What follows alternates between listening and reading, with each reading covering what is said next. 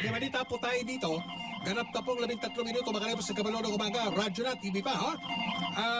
Meron daw ilang miyembro ng gabinete ni Pangulong Duterte na personal nakaranas po ng aberya dyan sa Ninoy International Airport, Ninoy Aquino International Airport. Tuesday nyo, yan ba yung mga bumalik galing Japan, yung mga kasama ni Pangulong Duterte? Ano nangyari? Tuesday nyo, may balita. Tuesday, pasok! Alam na nila ngayon kung gaano hirap at pasakit ang nararanasan ng mga ordinaryong pasahero sa mga paliparan sa bansa. Buti naman.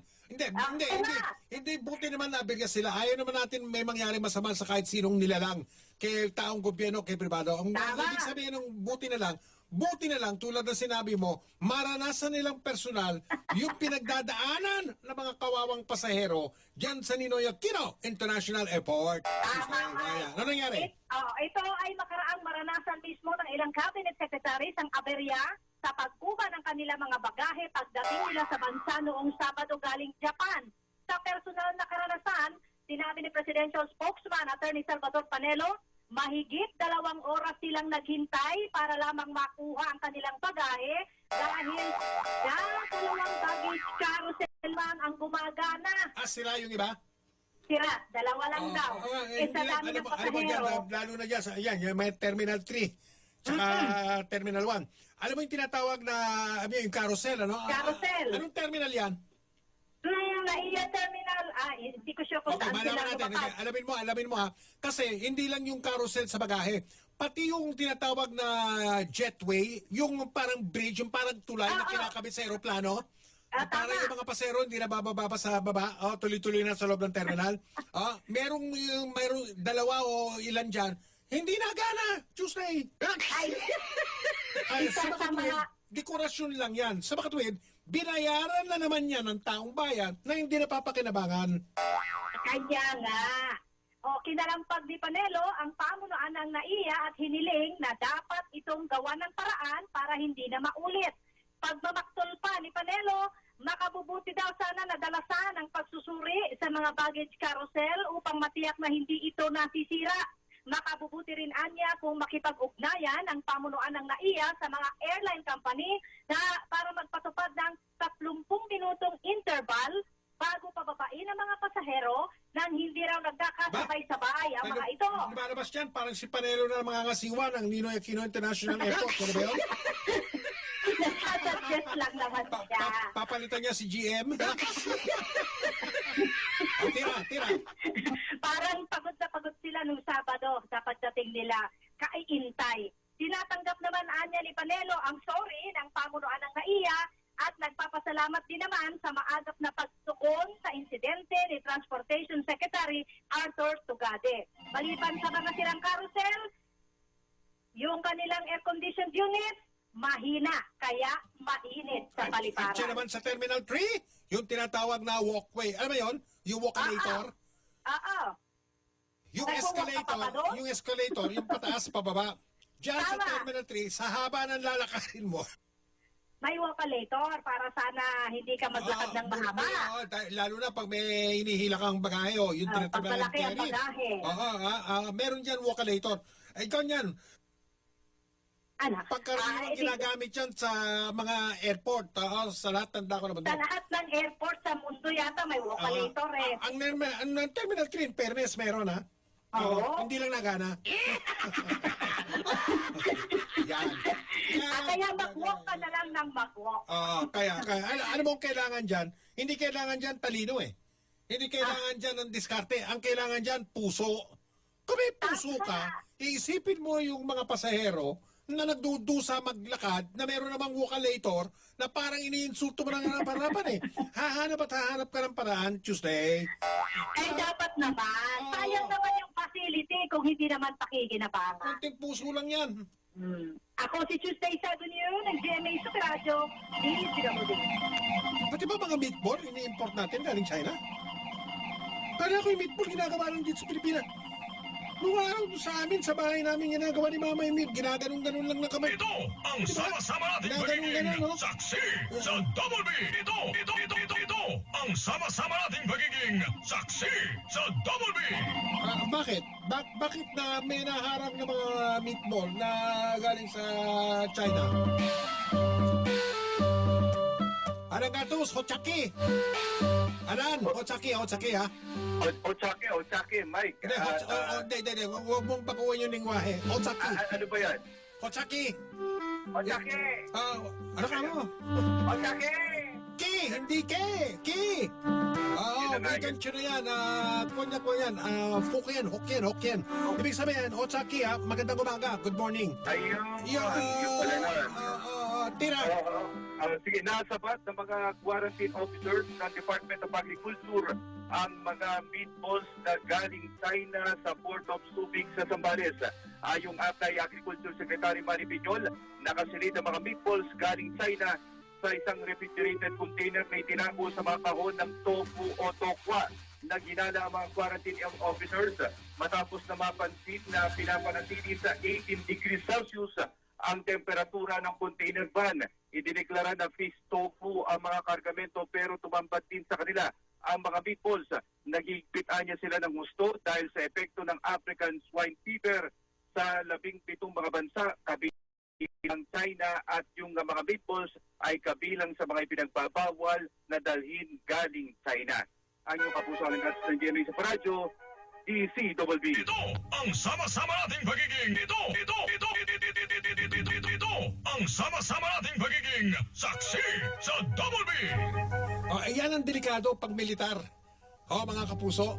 Ay, yung Philippine National Police, dapat civilian yan. Pero mga militar yan, mga mista rin yan. Mga graduate din ng Philippine Military Academy, mga nagpapatakbo niya, nangangasiwa niya, namumuno dyan. Ito, yun ang nangyari po kay Erwin Tulfo. Ngayon, ang Philippine National Police, nagpapaalala na po sa mga tiga-media. Ha? Beche! Di ba police, pinaalalahanan tayo? Hindi ba delikado yun? Bukas makalawa, yung army na nagpapaalala sa atin. Yung marines na. Yung mga scout ranger na. Yung mga SAP na. Ano? Pinapaalalahanan po ang responsibilidad daw ng mga taga-media. Matapos yung ayon sa kanila, pagmabastos ni Erwin Tulfo kay DSWD Secretary Rolando Bautista. Sorry na po si Erwin. Ngayon, papaalala, kinikilihan, kinakalabit ng mga taga-media. Ay, may mga responsibilidad kayo, ha? Hinay ko po. Puro naka-uniforme yan. Puro may baril yan. Kami wala. Puro dadalang kami dito. Nang malaya. Mark Makalalad, pasok! Ipinaalala ng Philippine National Police ang kapangyarihan na kaakibat ng pagiging media practitioner. Ito'y kasunod na rin ang nangyayaring pambabastos, pagmumura at pangalipusta ng broadcaster na si Erwin Tulfo laban kay dating Army Commanding General at ngayon DSWD Secretary Rolando Bautista. Ayon kay PNP Chief Police General Oscar Albayalde, dapat maging responsable at balanse ang media sa pagbabalita at dapat ding maging magalang sa pagkuha ng panayam. Palawagan kay Albayalde, mali na kapag na hindi napagbigyan ang hiling na panayam ay magsalita ng hindi maganda sa ere, lalo pat marami ang nakakapakinig dito. Dagdag pa niya, hindi lamang kasi ang opisyal ang maaaring maapektuhan, kundi pati na rin ang pamilya nito kapag nasira ang kanyang pangalan. Sinabi naman ni Albayalde na marami rin ang kumukuha sa kanya ng panayam, pero hindi niya ito lahat na pagbibigyan dahil minsan ay kinukulang na siya ng oras dahil sa dami ng gawain. Ang mahalagaan niya ay pangunawa at respeto sa panig ng media at opisyal na kinukuhanan nito ng panayam. Pakinggan natin ang tinig ni PNP Chief Police General Oscar Albayalde. No, remember po, pag tayo ay nasa media, we should have a sense of balance and responsibility. No, dahil yung tao ay merong pamilya yan. Lahat po tayo ay pamilyadong tao. Kapag pamilya na ang naapektuhan, malaking bagay po sa isang tao yan. Remember, meron po tayong mga anak na apektuhan, yung mga anak natin, lalong-lalo na pag sila ay nasa school. Sana maintindihan din ng ating mga kababayan at lalong-lalo na yung mga media practitioners. So, napaka-importante palagi natin paulit-ulit, there should always be a sense of balance and responsibility. Ang tinig ni PNP Chief Police General Oscar Albayalde. Mark! Mark! Yes, Mike? Sino magdidetermina kung balanse? Oo, yung media o hindi? Sila rin mga naka-uniforme? Delikado yan, Mark. Mark, delikado yan. Sa Yun na nga, totoo lang. Mike, pero ang konteksto kasi, yun na nga, Mike, yun na nga rin din yung Sino tanong magdidetermina? natin. Sino magdidetermina kung patas yung pamamahayag, balanse yung pamamahayag, makatotohanan yung pamamahayag, respetable yung pamamahayag? Yung mga naka-uniforme na may mga baril, may mga tangke, may mga fighter jet. Sila ba? Mark? Delikado Yun na tayo nga, dyan. yun na nga, Mike, pero ang konteksto kasi nito, yung pinanggagalingan nito, yung nangyaring hindi mo nakuha na ng interview, pagkatapos magkagalaiti ka sa ere. Nandun na tayo, Mark, pero isang pangyayari lang yon. Yung mga, hindi naman natin sinasabi yung mga tiga-gobyerno niyan, mahilig yan magsalita ng isolated incident. Huwag niyong lahatin. Mga kapun, pabantaan nyo kami. Banta, sorry Paalalahanan nyo kami. May pinaalalahanan kami dito ng pangasiwaan ng GMA. Asa si Tony? Panayan text. Paalam ka na, hoy. Maraming salamat ang inyong kapuso, Mark Makalalan sa GMA, Super Radio, KCWB.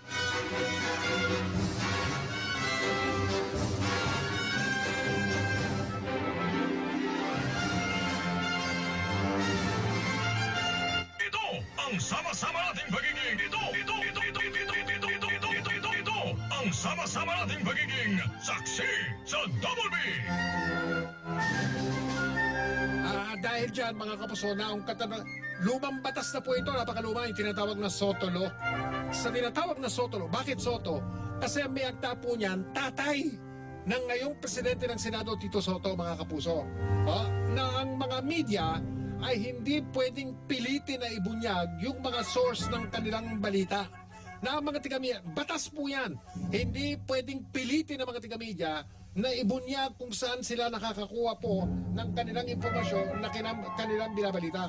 Ang importante po, mga kapuso, ay pag may nakuha ang impormasyon ng isang tiga-media, bago niya isa impapawid, bago niya isulat, ay sasaliksikin niya mabuti para siguraduhin tama. Dahil kami po dito, mula paggising namin, nagpagtulog namin, sa text, sa Twitter, sa tawag sa telepono, sa usapan, may nagsasabi sa amin ng balita rito. Di ba, G? Uy, alam niyo ba, si Garor ganito? Sa dami po nun, lang noon, sasayin papawid namin, nagawa namin, sinisigurado muna namin, tinitignan namin kung totoo o hindi. Di ba, alin ang mauna? Hanggang masunog. Ito ang sama-sama nating pagiging ito ang sama-sama nating pagiging saksi sa Double B. Iparabilo, pasok! Niratitigahan ng Senado ang isang panukalang batas. Ito yung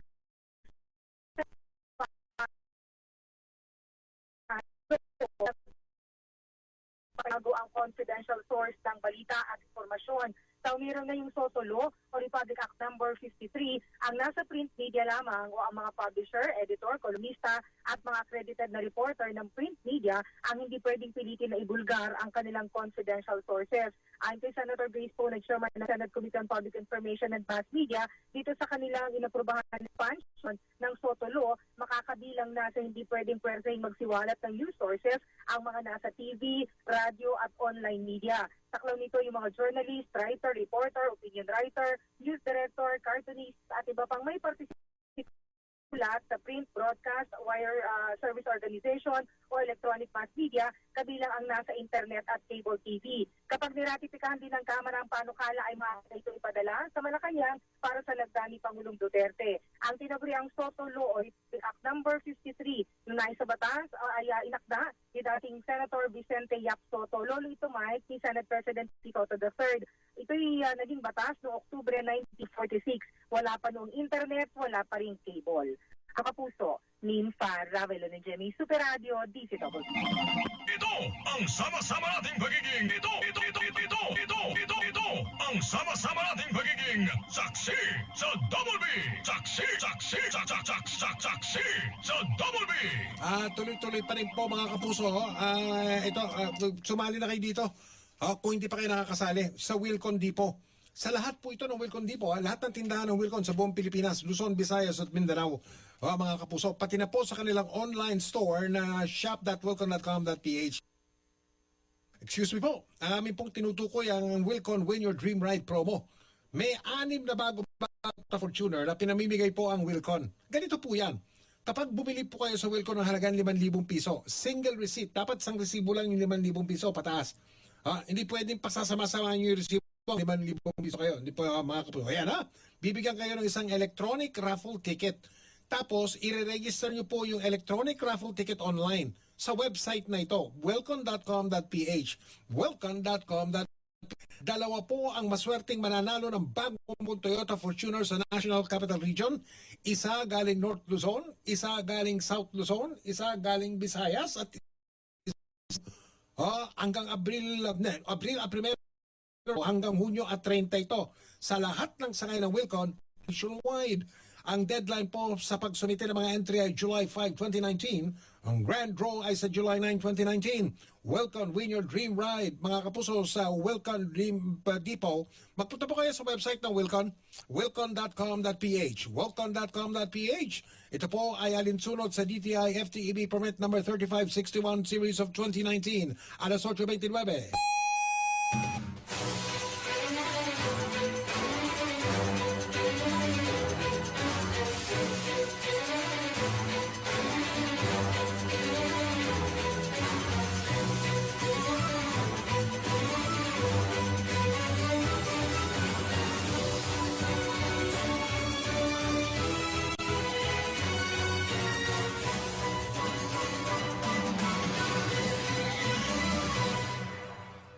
Pinagkakatiwalaan na kasalo ng bawat Pilipino sa wikitang halip. Mapapanood na sa bagong oras. Alas 12 na, Lunes hanggang Biyernes. Balitang halis sa GMA News TV. I told them na ikaw, Manny, ikaw ang nagpapasign. Ayusin mo muna yung partido mo bago ka pumirma dyan. Baka pirma ka ng pirma dyan, yung mga kapartido mo may complaint. Siyempre may inside info ako. Ang point ko, ayun nila yung partido nila. Kasi yun ang may problema. Bakit ako kasali na magsi-Senate President ako as led by their party mates?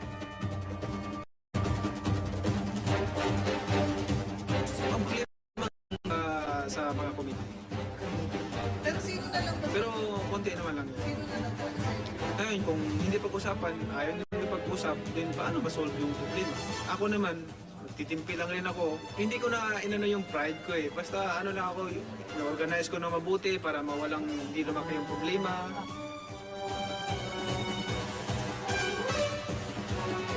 We have not heard any motion to declare the position of Senate President vacant. And therefore we find this manifestation as a little awkward.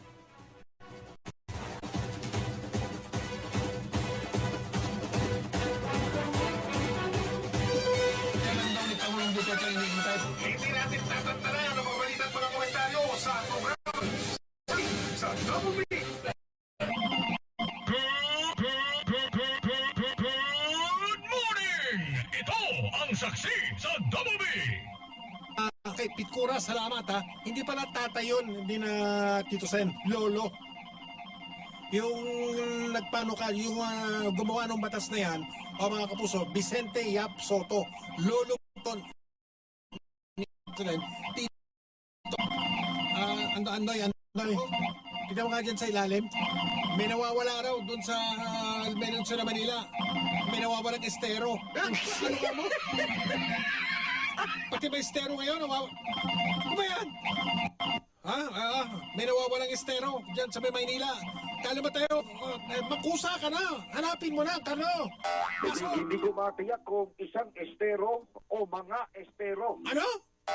Mga estero. Dahil aminado itong pamunuan ng Pasig River Rehabilitation Commission o ang PRRC na matinding pagpupursige mula sa pamahalaan, mga pribadong sektor at publiko para magkaroon ng himala sa kalagayan ng Ilog Pasig para mapapunto. Tatangkain na habulin ng Pasig River Rehabilitation Commission ang mga estero na pinagtayuan na ng mga gusali sa lungsod ng Maynila. Sinabi ni Jose Antonio Goitia, Executive Director ng PRRC, na hinahanap na nila ang original na mapa ng Maynila upang matukoy ang mga lugar na nawalang estero dahil nga sa mga konstruksyon o mga itinayong nagtatayugan ng mga malalaking mga gusali. Ayon kay Goitia, ibabalik nila ang mga original na estero na nagsisilbing daluyan ng tubig palabas ng Pasig River. Matatandaan na idineklara ng isang international institution na ang Pasig River ay isang patay ng ilog noong 1990. Teka muna, anong gagawin nila kapag kung mahahanap nila, tapos natuklasan nila may mga nakatayo maraming ganyan, may nakatayo. Yung iba nga barangay hall pa yung nakapatong doon sa estero, di ba? Oo, gigibain. Mga barangay hall, gigibain yan. Kaya gigibain nila yung mga struktura na yan? Hihingi ng suporta, Mike. Pati mga bahay? Naloko na. Hihingi sila ng suporta sa DILG upang papanagutin ang mga opisyal ng barangay at maging mga opisyal ng syudad na nagpabaya sa kanilang tungkulin, kaya natayuan ng mga gusali, mga estero, o kung may mga committee opisyal hindi ng PRRC sa batas na Pasig River Development Authority, isang tangkap magpapatupad sa mga batas patungkol sa tinatawag na easement, discharge of waste, illegal na pagtatapon ng basura at anumang konstruksyon na lalapastangan sa Ilog Pasig. Ang inyong kapuso, Carlo Mateo ng GMA Super Radio DC. Ito ang sama-sama nating pagiging saksi sa Double B. Maganda ito. Oo, yung Northern Police District, yung nakasama po sa Malabon, Cabanaba, Northern Police District. Oo, parang ito, ano yung binalita natin kanina, Benji? Saan yun? Oo, sa probinsya. Yung mga pulis na nag-ambag ng 2 classroom. Gano'n ba yun? Oo, sa Lukban, sa Quezon. Sa Malabon, yung mga pulis na mahagi po ng mga lapis at notebook sa mga estudyante. Oo. Yan. Masaludo tayo sa Philippine National Police dyan sa may Malabon. Alagatos. Pasok! Namahagi ng school supplies ang mga tauhan ng Northern Police District sa panguna ng kanilang direktor na si Brigadier General Rolando Anduyan. Tinawag ng mga pulis ambagan ng pulis para sa lapis ang kanilang proyekto. Partikular na nakinabang sa kanilang ambagan kung saan nakalikom sila ng 100 school supplies para sa 100 estudyante ng grade 1 ng Longos Elementary School sa Barangay Longos, Malabon City. Mababakas naman sa mga estudyante ng Longos Elementary School ang kasiyahan matapos na matanggap ang mga lapis at notebook na kanilang magagamit ngayong pasukan. Ang kapuso agad ng GMA sa Radyo, DCWB. Ito ang sama-sama nating pagiging saksi sa Double B. Alas 8:36 at 30 segundos. Radyo na, TV pa. May nagrarally po ngayon sa harap ng Senado. Na naman, aga nito. Pasok! Sa Senado, po ng mga tindig Pilipinas ito ay kasabay ng pagdinig sa Senado ng Joint Congressional Oversight Committee on the Automated Election System doon sa mga irregularidad dito nga nakaraang halalan. Nanawagan ng samahan sa mga senador na imbestigahang mabuti ang mga irregularidad ng eleksyon at papanagutin ng COMELEC. Sinabi nitong si Attorney Aleta Tolentino, kung hindi daw ito gagawin ay maaaring pagdudahan ng taong bayan ang kanilang institusyon. Mismong COMELEC National Board of Canvassers ang umamin na abot daw sa 961 vote counting machines o VCM at 1,665 SD cards ang depektibo noong eleksyon. Kung bawat depektibong VCM daw at SD cards ay may 800 hanggang 1,000 botante, may 2.1 million hanggang 2.6 million boto ang kailangang ipaliwanag daw ng COMELEC kung napunta ba sa matamang kandidato. Hindi pa raw kasama ang magic na naganap nung tumigil ng 7 oras ang pag-transmit ng boto sa transparency server. Ang grupo Mike ay narito sa harapan mismo ng Senado at nagsasagawa ng kanilang sariling programa. Ang Tindig Pilipinas ay isang pambansang koalisyon na naninindigan sa demokrasya at karapatang pantao. Ang inyong kapuso, Mau de la Cruz, yan sa Radyo, DCWB. Ito ang sama-sama nating pagiging ang sama-sama nating pagiging saksi sa Double B. Ito, paalala ulit, may mahigit 65 mga sakit, mga delikadong sakit na ang pinanggagalingan po ay maruming malaking bituka o kolon. Base po yan sa pag-aaral, base po yan sa natuklasan ng Royal Society of Medicine of Great Britain sa Inglaterra. Mga kapuso, maruming bituka. Ayan, pwede maging sanhi ng kamatayan yan. Dahil may kasabihan na sinulat to ng babasahing Vegetarian Times, death starts with a colon. Ang kamatayan sa colon po nag-umpisa yan, mga kapuso. Sabi po ng mga eksperto, ang maganda ganito, regular tayong iinom ng tubig para manatiling malinis yung ating kolon, mga kapuso. At ugaliin na kakain tayo ng prutas at gulay. Nakakatulong yan sa pagtunaw o tinatawag na digestion, mga kapuso. Ayan. Ang ginagawa nung iba, nakakatamad naman na parating prutas at parating gulay. Tsaka busy po ang mga Pilipino ngayon. Ang ginagawa po ng iba, umiinom ng iba't ibang klaseng juice. Pwede rin. Pero ayan, meron ito red juice, mga kapuso. Red juice. Ang mga sangkap po nito, puro natural na ito pinya, mansanas, bayabas, green tea, aloe vera, ubas, barley, wheatgrass, ampalaya, lagundi, olive, kamatis, ginseng, sambong, blueberry, cranberry, orange, luya, bawang, at iba pa. Wag muna, mamaya pa. Mga kapuso, ready lang. Sandali lang po. May inaayos lang po kaming balita rito, mga kapuso. Ayan, red juice. At pag regular nyong ininom ito ng malamig na malamig, mararamdaman nyo yung pagkakaiba, yung magaang na pakiramdam nyo sa bitukan ninyo. Mas masarap ang pakiramdam kapag malinis ang kalooban. Mas masarap ang pakiramdam kapag malinis ang kalooban. Ang red juice ay mabibili po sa Watson's, sa South Star Drug, Manson Drug, All Day at iba pang mga outlet sa buong Pilipinas. Hindi po ito rekomendado sa mga bata, hindi po ito rekomendado sa mga buntis, at hindi po ito rekomendado sa mga ikangay lactating na mga babae. Saktong alas 8:40 na po.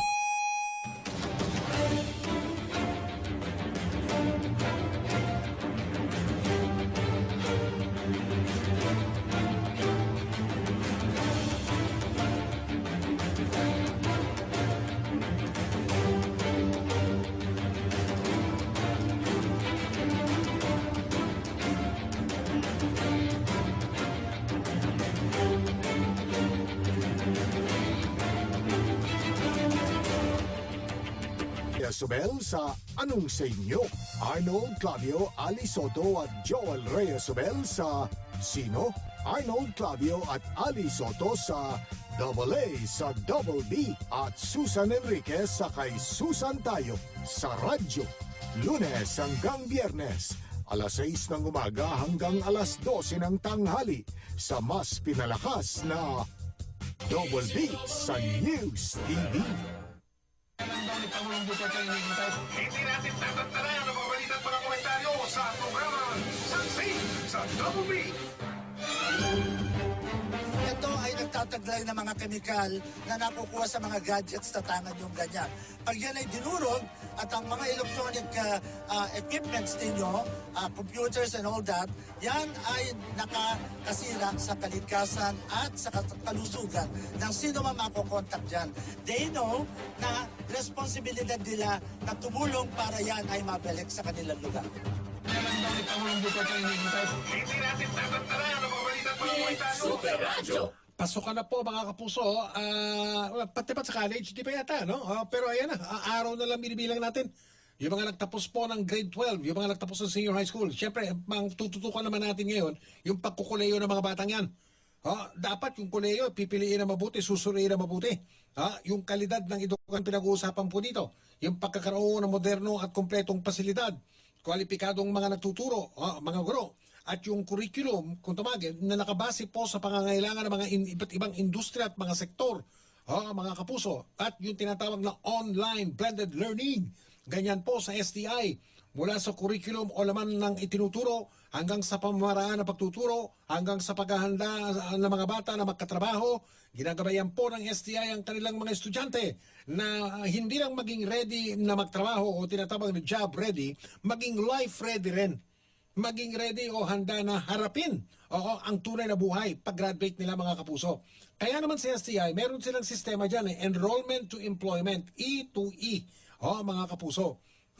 Meron din silang e-learning management system dyan. Gamit ang makabagong paraan ito ng pagtuturo. Gamit nilang internet mga kapuso.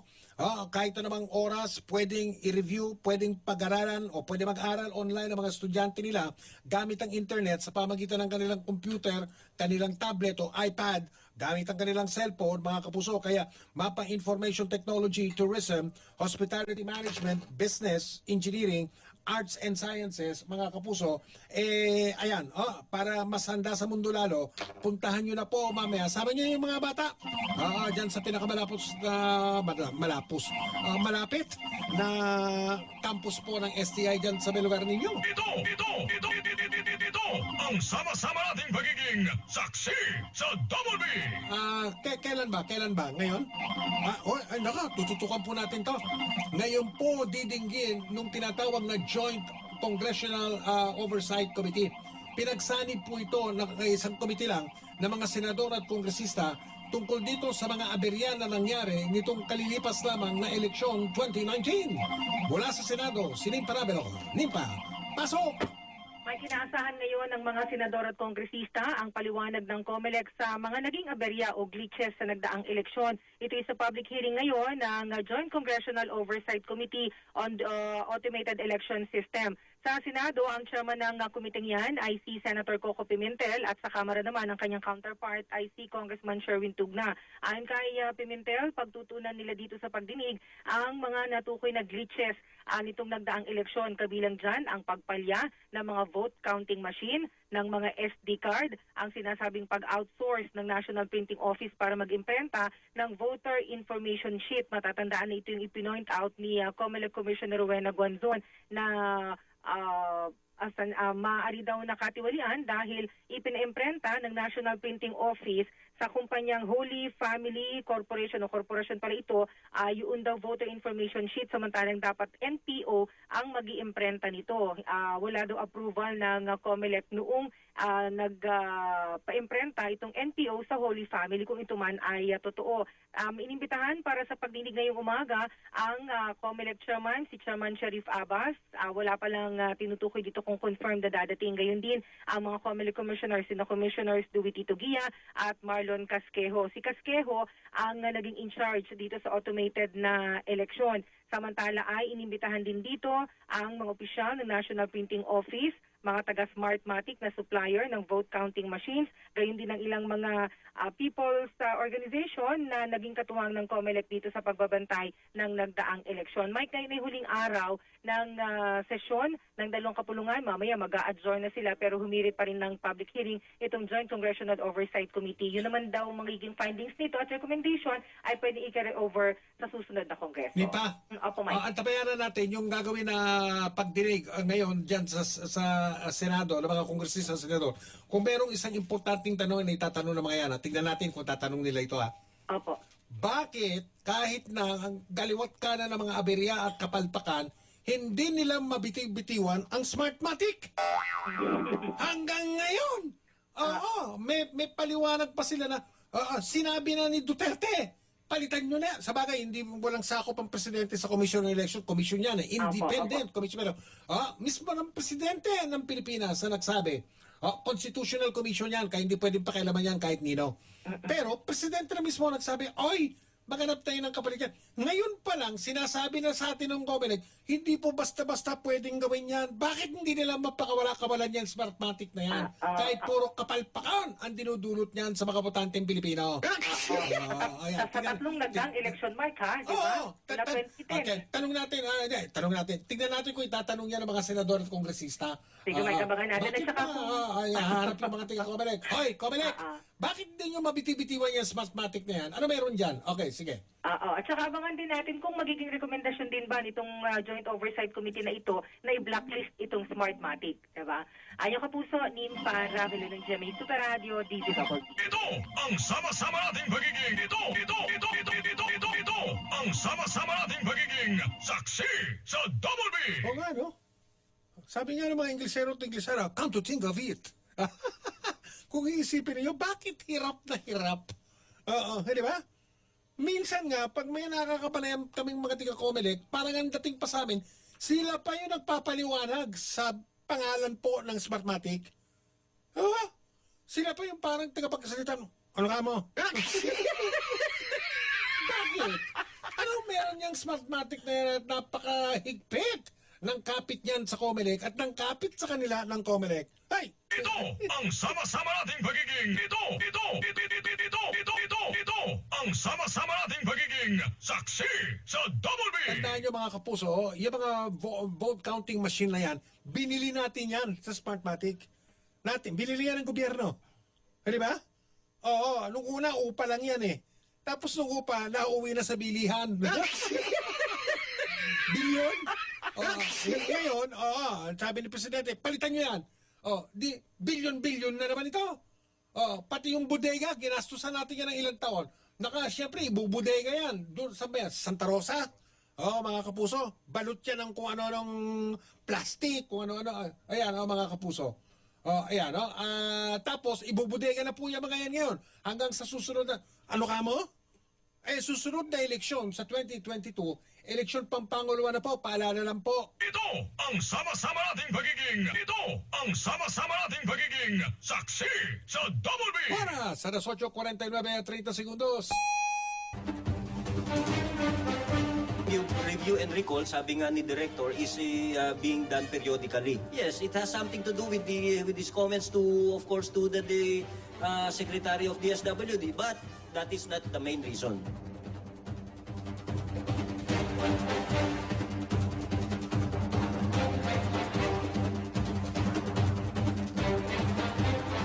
Ako po at ang buong pamilya Tulfo ay pakumbabang humihingi po ng kapatawaran kay retired General at ngayon Secretary ng DSWD Rolando Bautista sa pagmumura ko at pambabastos ko po sa kanya noong nakarang linggo on air.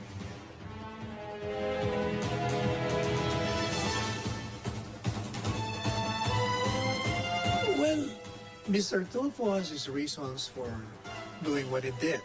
He apologized for it, and I think we should accept the apology. He was gentleman enough to apologize.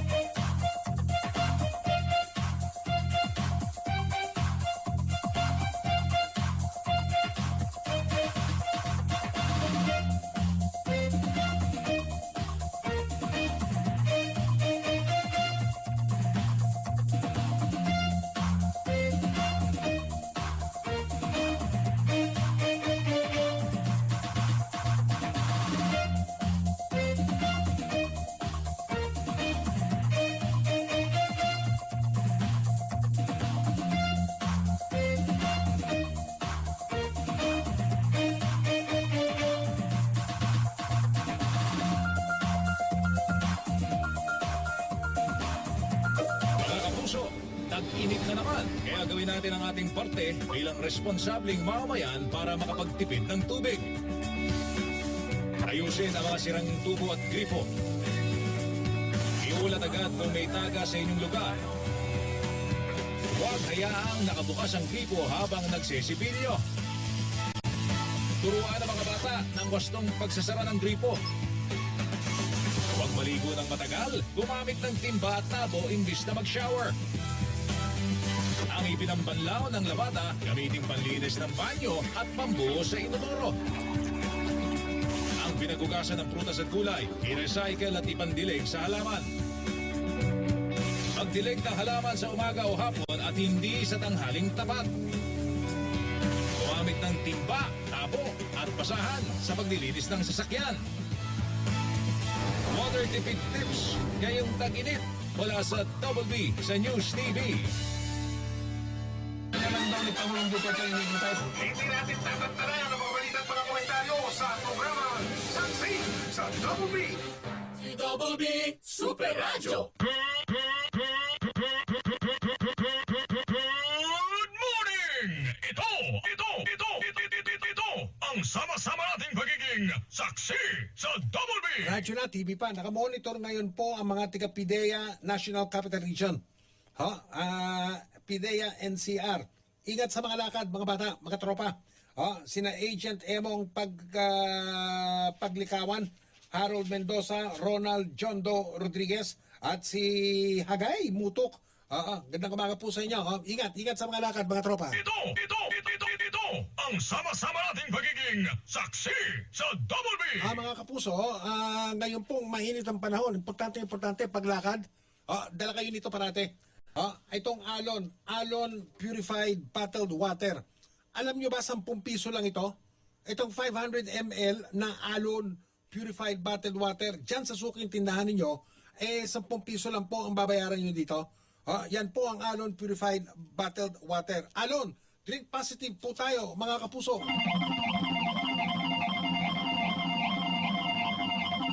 Meron pa ng tinatawag na Energy Investment Forum. May hikayat po ng mga mamumuhunan po sa sektor ng enerhiya. Tulad ngayon, naka-yellow alert na po tayo. Flash report niya ng gatos kanina. Kaya medyo manipis-nipis na naman po reserva kuryente sa mga sandaling ito. Mau de la Cruz, pasok! Hinimo ka, Mike, naga Department of Energy ang mga investors na mamuhunan sa mga proyektong enerhiya sa Visayas Region. Sinabi ni Energy Secretary Alfonso Cusi, dahil sa mabilis na pagunlad ng ekonomiya sa rehiyon, ang sektor ng enerhiya ay kailangan makasabay sa pangangailangan. Ang Visayas Energy Investment Forum na ginanap sa Cebu Park Lane International Hotel sa Cebu City ay naglalayong i-update ang mga stakeholders at mga potential investors sa mga energy investment opportunities sa Visayas. Umaasang kalihim ang ginanap na Energy Investment Forum ay magbibigay daan sa Visayas na humigayat na mas maraming pamumuhunan sa enerhiya sa mga taong darating. Ang pagpupulong ay kay dinaluhan ng mga kinatubuan mula sa business sector, financing institutions, generation companies, private distribution utilities, electric cooperative, potential investors at government agencies. Kabilang sa mga paksa na tinalakay ang kasalukuyang energy activities and projects sa rehiyon, mga benepisyo para sa mga komunidad, pati na rin ang mga regulasyon na kinakailangan at ang pinadali na proseso ng rehistrasyon ng mga proyektong pang-enerhiya. Ang inyong kapuso, Mau de la Cruz, GMA Super Radio, DZWB. Okay, mga kapuso, ang oras po natin, umuusad na po. 4 na minuto na lang ang programang Anong Sa Inyo. Makakasama nyo si Joey Reyes Sobel na may tanong po tuwing Lunes hanggang Biyernes sa umaga at sinasagot sa Himpapawido on the Air ng mga tagapakinig at tagapanood ng Double B sa News TV, Radyo na, TV pa. Ang tanong ngayong gabi. Tanong pa ba to, Joel? Yung paggalang po, ano ba ito? Yung paggalang po sa tinatawag na equity of the incumbent sa Senado, makatutulong ba yan sa bayan? Kasi merong usapan sa Senado, may tradisyon daw yan sa Senado, yung tinatawag na equity of the incumbent. Kung sino po yung mga kasalukuyan nakaupo, kung sila po ang llamado sa pamumuno po ng iba't ibang mga komite. Kaya ngayon ang kontrobersya doon ngayon. Dahil yung mga bago, medyo papapit-papel at medyo pumoporma-porma. Gusto rin nilang humawak ng mga komite, lalo na yung mga importanteng komite. Ang sabi po ng mga incumbent, yung kasalukuyan ng mga senador o datihan na, teka muna, meron tayong tinatawag na equity of the incumbent. Ang mauuna dapat muna dito, yung mga dati nang nakaupo, bago kayo mga bagito. Ayan, anong sa inyo? Ito lamang sa Super Radio, DZWB.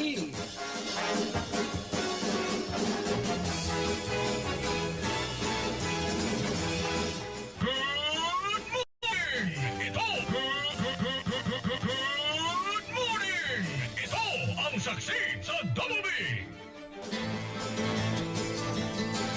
Ako po si Mike Enriquez. Marami pong salamat sa inyong pagtitiwala. Magandang umaga Luzon, magandang umaga Visayas, magandang umaga Mindanao.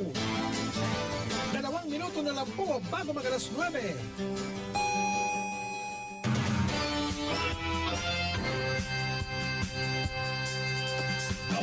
Sa balita, yan ang aming panata. DZWB Super Radio 594. Laging naka-alerto, serbisyong totoo. DZWB Kapuso nyo sa radyo. Walang kinikilingan, walang pinoprotektahan.